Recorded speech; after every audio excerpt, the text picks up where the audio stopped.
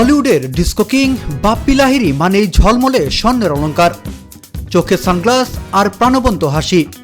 2022 সালে স্লিপ অ্যাপনিয়ায় তার আকস্মিক মৃত্যুর পর ভক্তদের মনে প্রশ্ন জেগেছিল, গান, গয়না আর গ্ল্যামারের এই রাজপুত্র রেখে গেলেন কি? ইন্ডিয়া টুডের এক প্রতিবেদনে উঠে এসেছে চমকপ্রদ তথ্য। 2014 সালে করা এক এফিডেভিটে বাপ্পি জানান, তার কাছে রয়েছে 754 গ্রাম স্বর্ণ, তখনকার বাজার মূল্য প্রায় 38,71,000 রুপি। সেই নথি অনুযায়ী মৃত্যুর পর অলংকারগুলোর দায়িত্ব বর্তায় ছেলে বাপ্পা ও মেয়ে রিমার উপর। পরিবার জানিয়েছে এই স্বর্ণগুলো বিক্রি করা হয়নি, এগুলো এখনো গচ্ছিত আছে তাদের কাছেই, বাবার স্মৃতিচিহ্ন হিসেবে।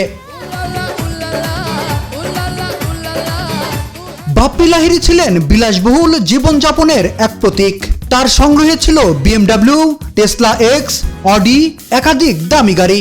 জীবনের শেষ পর্যন্ত তিনি রেখে গেছেন প্রায় 22 কোটি রুপির সম্পদ।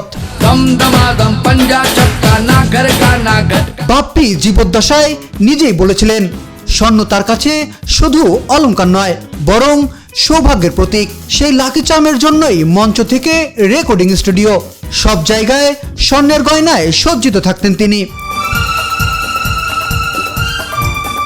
মাত্র 19 বছর বয়সেই সঙ্গীত জগতে পা রাখা এই শিল্পী পরে বলিউডকে উপহার দেন একের পর এক সুপারহিট গান, ডিস্কো বিটে ভরপুর। সেই সুর আজও ভোলেনি দর্শক শ্রোতা। 2022 সালে তার আকস্মিক প্রয়াণে সঙ্গীত হারায় এক উজ্জ্বল নক্ষত্রকে, আর রূপালী দুনিয়া হারায় গ্ল্যামারের এক অনন্য প্রতীক।